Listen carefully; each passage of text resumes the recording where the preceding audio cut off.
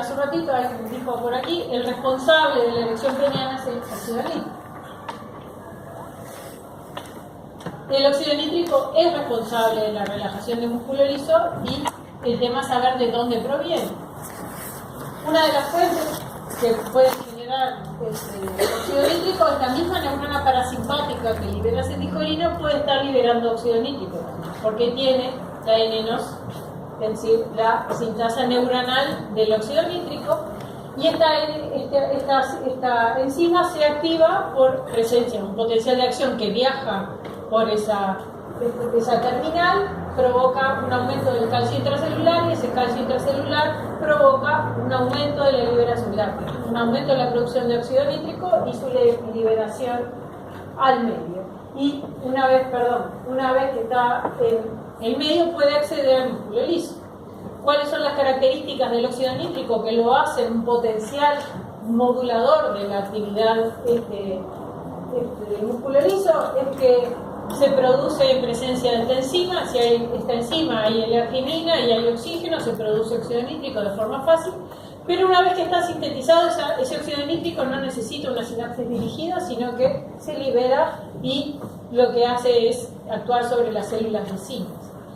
Lo único, en todo caso, negativo que tendría la acción del óxido nítrico para provocar la erección peniana es que su vida media es muy corta, son de 5 a 10 segundos, es decir, es un tiempo relativamente corto. ¿Sí? Entonces, hay algo que está faltando en este cuadro. Pero además tenemos que asegurarnos de que haya óxido nítrico en el tejido eréctil. Como saben, entonces, el óxido nítrico también puede ser producido por las células endoteliales. Eso lo estudiaron probablemente el año pasado cuando estuvieron en cardiorrespiratorio. Y que las células endoteliales tienen receptores para acetilcolina, y una vez que la acetilcolina se une a esos receptores, son capaces de promover la síntesis de óxido nítrico, porque las células endoteliales tienen la otra isoforma de la sintasa de óxido nítrico, que es la endotelial. ¿Sí? Tenemos la isoforma neuronal, la isoforma endotelial, todas promueven la síntesis de óxido nítrico. Y entonces las células endoteliales son capaces entonces de producir óxido nítrico. En el tejido eréctil entonces tenemos ambas fuentes, potenciales fuentes de óxido nítrico, que son la N-NOS en la neurona parasimpática, en la terminal parasimpática de la neurona autonómica, y en las células endoteliales que forman parte del tejido eréctil. Pero además hay una tercera fuente de óxido nítrico que tiene que ver con la tracción mecánica, el shear stress que se le llama, que también provoca un aumento de la síntesis de óxido nítrico. Es decir, que el tejido eréctil cumple como con todas las... en una checklist podemos marcar las tres formas, ¿no? La de origen de la neurona parasimpática, la del origen por el endotelio y además por la tracción mecánica de las células. Es decir, que el óxido nítrico es un potencial, pues tiene todas las características que pueden determinar entonces su existencia. Como saben, además, el óxido nítrico en realidad necesita unirse a la guanilciclasa, que es la enzima que promueve entonces la síntesis de GMP cíclico, y es en sí mismo el GMP cíclico el que produce la relajación de la célula muscular lisa. ¿Sí? Es decir, que necesitamos el NO para que se active la enzima y que la enzima provoque entonces el aumento del GMP cíclico y por lo tanto relajación del músculo liso.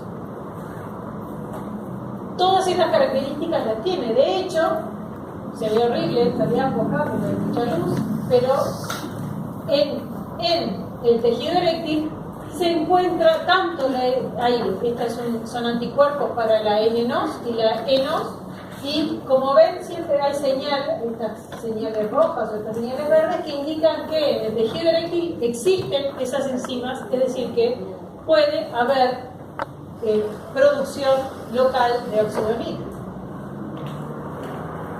Entonces, básicamente, a nivel del tejido eréctil, lo que tenemos es que una neurona parasimpática es capaz de liberar acetilcolina y además de liberar óxido nítrico. La acetilcolina entonces actuará no directamente sobre las células musculares lisas, sino sobre receptores que están en las células endoteliales, y esas células endoteliales entonces serán capaces de aumentar la liberación, liberen óxido nítrico, que hace que entonces aumente la concentración de óxido nítrico, dado entonces por las células que la producen las células endoteliales y las células parasimpáticas. Y ese aumento entonces de óxido nítrico provoca que aumente la concentración de GMP cíclico y por lo tanto la relajación celular. Pero además, la teoría actual es que, o la hipótesis actual es que este aumento del GMP cíclico lo que produce es una rápida relajación del músculo liso, pero esa relajación podría ser transitoria.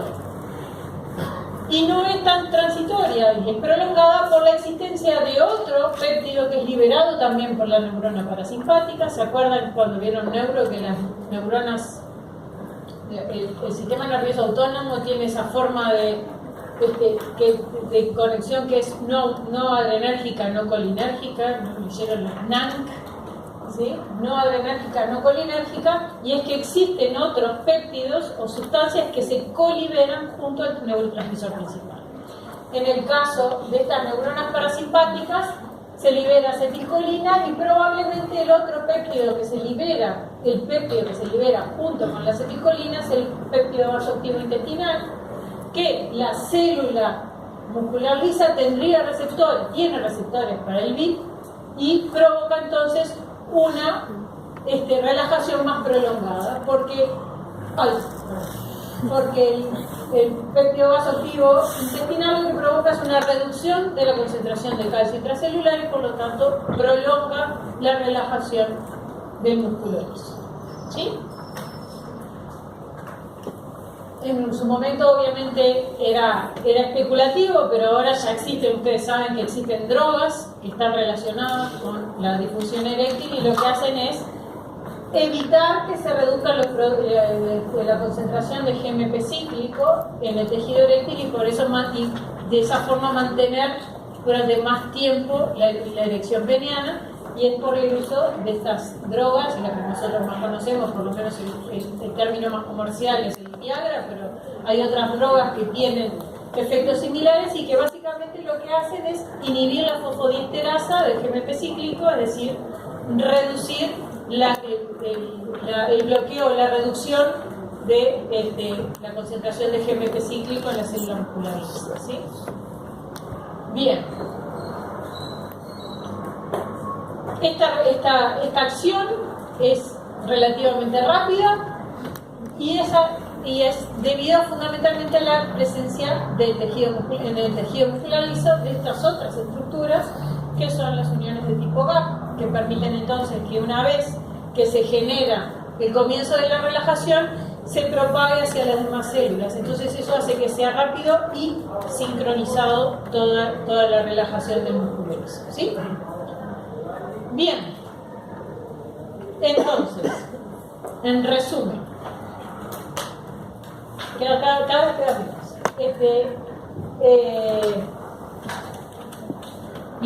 Los moduladores o los moduladores relacionados con la erección peniana, vimos aquí, esta parte la analizamos recién a conciencia, es decir, la activación de los nervios parasimpáticos sacrales provocan un aumento de la concentración de óxido nítrico que lleva a un aumento del GMP cíclico y por lo tanto la relajación del músculo liso del tejido eréctil, provocando entonces la erección. Sin embargo, hay evidencias que no se sabe exactamente cómo funciona exactamente, pero que a nivel central se podrían estar liberando, es decir, asociado a la erección peniana, correlacionado a esta actividad, hay un aumento de la liberación de aminoácidos excitadores, de dopamina y oxitocina y oxidolina. La función exacta de cada uno de esos mediadores no se sabe. No se sabe si exactamente hay una función puntual que esté ejerciendo a nivel del sistema nervioso central que promueva la erección peniana, pero de alguna manera el estímulo sexual provoca ese aumento de liberación a nivel del sistema nervioso central que está relacionado con la actividad sexual. insisto, no se sabe exactamente cuál es la función puntual. Puede estar, la dopamina puede estar relacionada con los mecanismos de recompensa, que es razonable. La oxitocina se ve tanto en la mujer como en el hombre, que durante la fase orgásmica o luego de la fase orgásmica hay un aumento de la concentración de oxitocina plasmática que eventualmente tiene alguna función. En la mujer uno podría suponer que durante la fase orgásmica, yo les mostré que había contracciones uterinas similares a las del parto, probablemente ese aumento de la concentración de oxitocina en el plasma sea responsable de ese aumento de la frecuencia de contracciones, pero no hay un estudio a conciencia de ese efecto.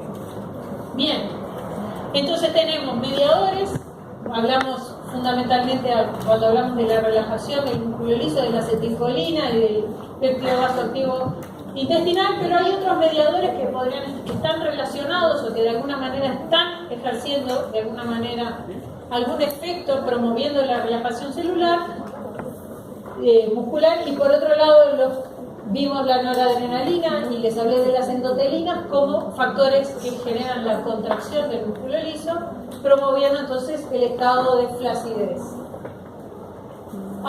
Como ven, hay otros mediadores que están relacionados o que hay una correlación de aumento durante estos distintos estados, pero no vamos a hablar en profundidad de ello. Bien, vamos a seguir, que ya casi terminamos. Tenemos la fase de excitación. Ahora vamos a ir más rápido porque si no, las otras fases ya las analizamos de alguna manera. Con la mujer, la fase de meseta es la intensificación de aquellos cambios provocados por la fase de excitación, y en el hombre puntualmente lo que aparece durante la fase de meseta es un fluido preeyaculatorio, no es semen, sino que es una secreción de las glándulas de Cowper que puede facilitar la lubricación. Y hacia el final entonces de la fase de meseta lo que empieza a aparecer es que empiezan a haber contracciones de la vesícula seminal y de las glándulas prostáticas, que lo que hacen es comenzar, es el comienzo de la siguiente fase, que es la fase orgásmica. Y en esa fase orgásmica lo que vamos a encontrar es una respuesta refleja, como mencionamos para la mujer, pero en el hombre existe esta fase orgásmica, tiene como dos momentos. Uno que es la emisión y otro que es la eyaculación. La emisión es el momento en el que se empieza a acumular el semen en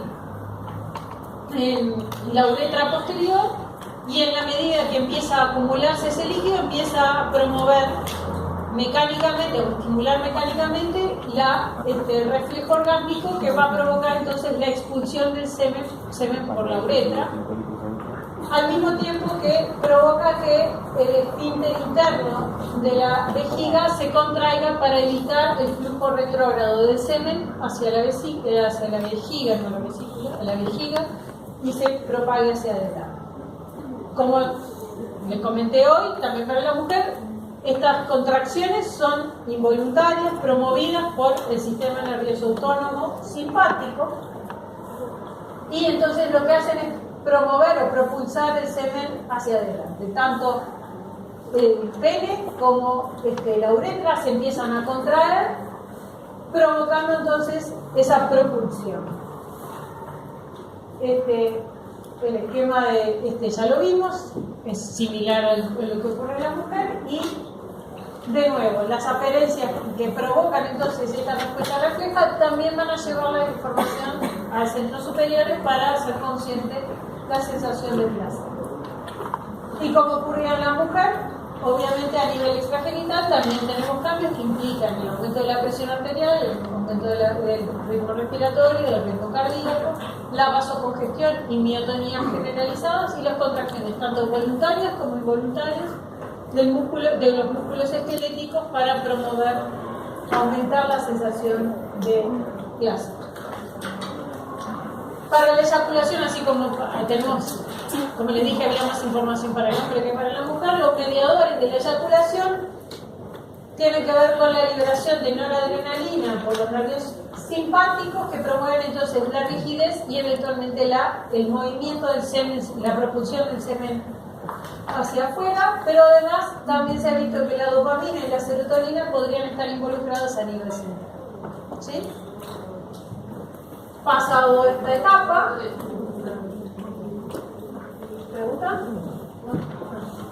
Pasada esta etapa, lo que sigue a la fase orgánica es la fase de resolución, que básicamente es el retorno al estado de no excitación, y el cambio más notorio es la pérdida de la erección peniana, y en poco tiempo, relativamente poco tiempo, los genitales empiezan a adquirir su tamaño de reposo, su estado de reposo.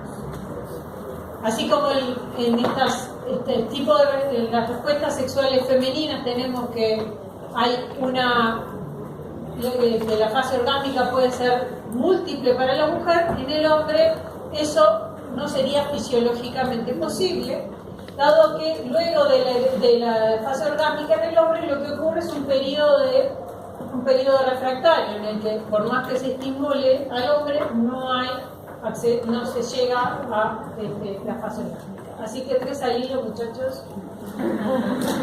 fisiológicamente imposible. Pero no, más allá de la broma, lo que sí es que tienen que tener en cuenta es que obviamente ese periodo refractario tiene que ver, el tiempo del periodo refractario tiene que ver con la edad, con el consumo de drogas, con el consumo de alcohol, consumo de tabaco. Todos son agentes que afectan la duración del periodo refractario. Así que sean sanos para que el periodo refractario sea más corto. En fin, bueno. Y esta es la última, digamos, pero eran esas cosas que les comentaba, que hay otros elementos que están relacionados con la función de la respuesta sexual, que tienen que ver con el control endocrino o hormonal de la respuesta sexual, y más que el control en realidad es correlacionados a algunos elementos. Les juro que en la última diapo, y parte ya les conté, miren, se las pongo todas, ¿sí? ya saben que ya les hablé de la oxitocina, no voy a hablar de nuevo, pero la testosterona sí es una hormona que está muy relacionada con la respuesta sexual, está relacionada con la libido sexual. De hecho, el estudio, y la libido no solo en los hombres, sino que también en las mujeres. El estudio que está hecho es en cárceles, en los que a los hombres muy violentos saben que la testosterona no solo está relacionada con la libido, sino con la agresión. Y individuos muy violentos se les administra ciproterona, que es un antagonista para la acción de la testosterona, y lo que hace es reducir los niveles de agresión, pero no solo reduce los niveles de agresión, sino que también reduce la libido sexual, es decir que claramente las ansias sexuales están de alguna manera gobernadas por los niveles de testosterona. No hubieron otros prisioneros, es importante. Sí. Y la otra hormona que parece estar relacionada, que por lo menos hay un aumento de la concentración de prolactina luego de la fase orgásmica, que en el hombre no se sabe exactamente cuál es la función puntual que tiene. Recién hablamos un poco de la oxitocina, cuál podría ser su función en la mujer, en el hombre no hay datos claros, pero sí es cierto que hay una correlación, un aumento de la concentración de prolactina y la oxitocina luego durante la fase orgástica, y luego se mantiene elevado en el tiempo. Yo me he comido ya. Lo curioso es que, en el ser humano, todos los mamíferos que ciclan, es decir, tienen una fase ovulatoria predeterminada, no parecen tener una función puntual. En otros individuos en los que la ovulación depende de la presencia del macho o de la época reproductiva puntual, en la época en que hay de alguna manera un comportamiento de apareamiento, eso es lo que genera la ovulación, y podría estar mucho más relacionado con el exceso del aumento de estas hormonas. Y bueno, con esto